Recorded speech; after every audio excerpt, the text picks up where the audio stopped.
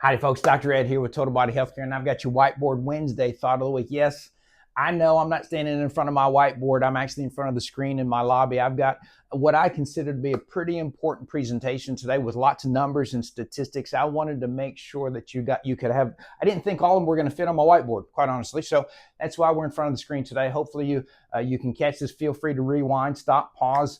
Make sure you catch these numbers because they're kind of important.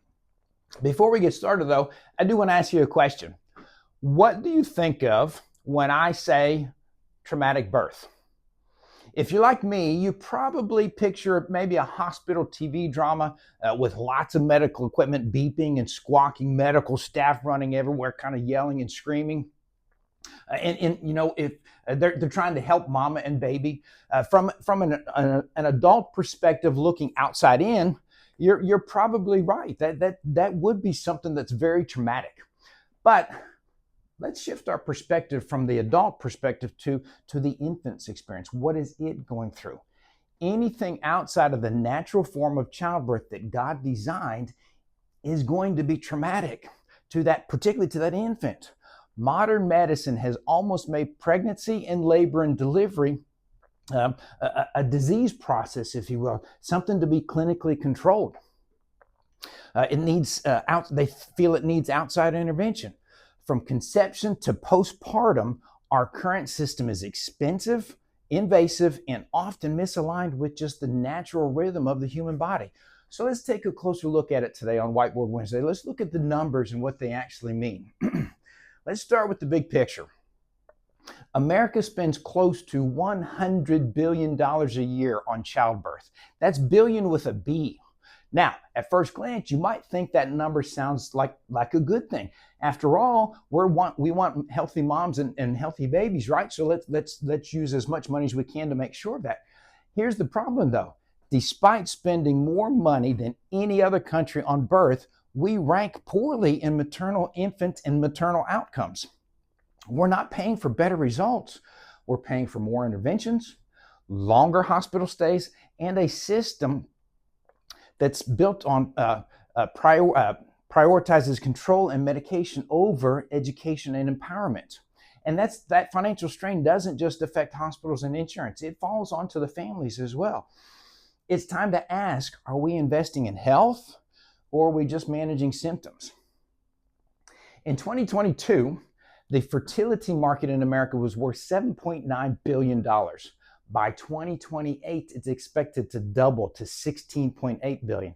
That's a dramatic rise in just 6 years. What do you think's causing this surge?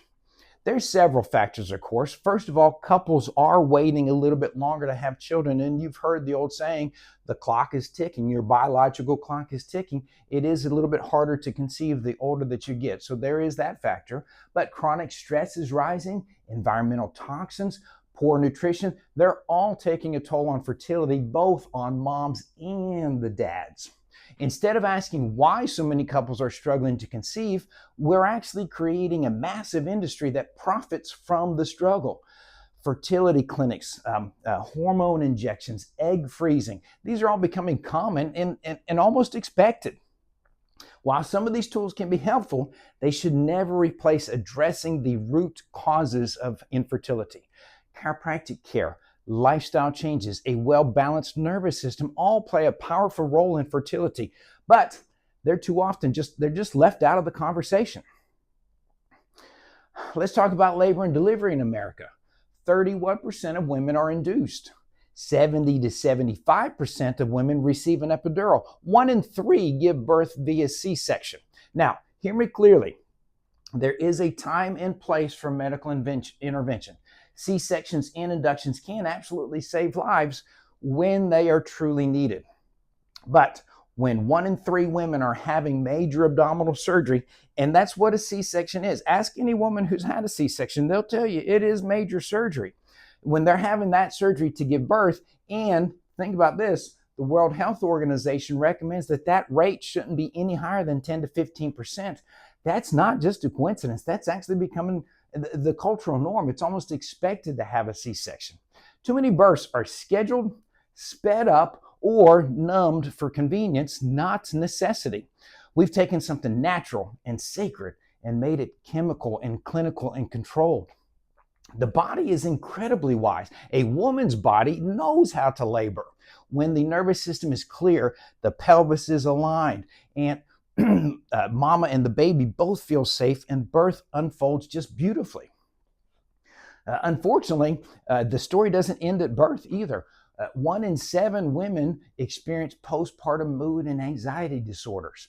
That's 15% of new moms navigating depression, anxiety, emotional overwhelm in the midst of their most vulnerable season of life.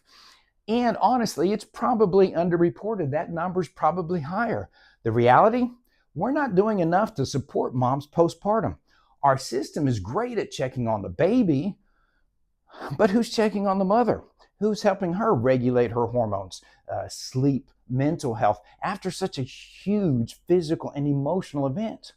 This is where chiropractic care, a supportive community, gentle movement, and whole food nutrition make a world of difference. But most moms are left alone, exhausted, and depleted, and they're expected to just bounce back.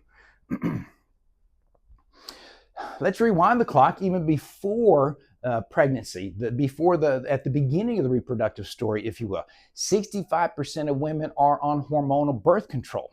For many, it starts in the teen years as a way to regulate cycles or maybe to clear up some acne. But very few women are taught how their cycle actually works or given real informed consent about the side effects. Hormonal birth control can cause nutrient depletion, mood swings, decreased libido, and even gut issues. And when a woman does decide to finally conceive, it can take months or even years for her body to recalibrate from the years of being on the hormonal control. Birth control has its place, but it shouldn't be the only tool in the toolbox. Women deserve education about natural fertility awareness, cycle syncing, and how to support their hormones without synthetic manipulation. You know, all of this can sound overwhelming, but there is hope. Here's how we can start making change. Number 1, start with education. Women deserve to understand how their bodies, what their bodies are doing, how they work before, during, and after pregnancy. Knowledge, in everything, knowledge is power. Number 2, we can support natural approaches.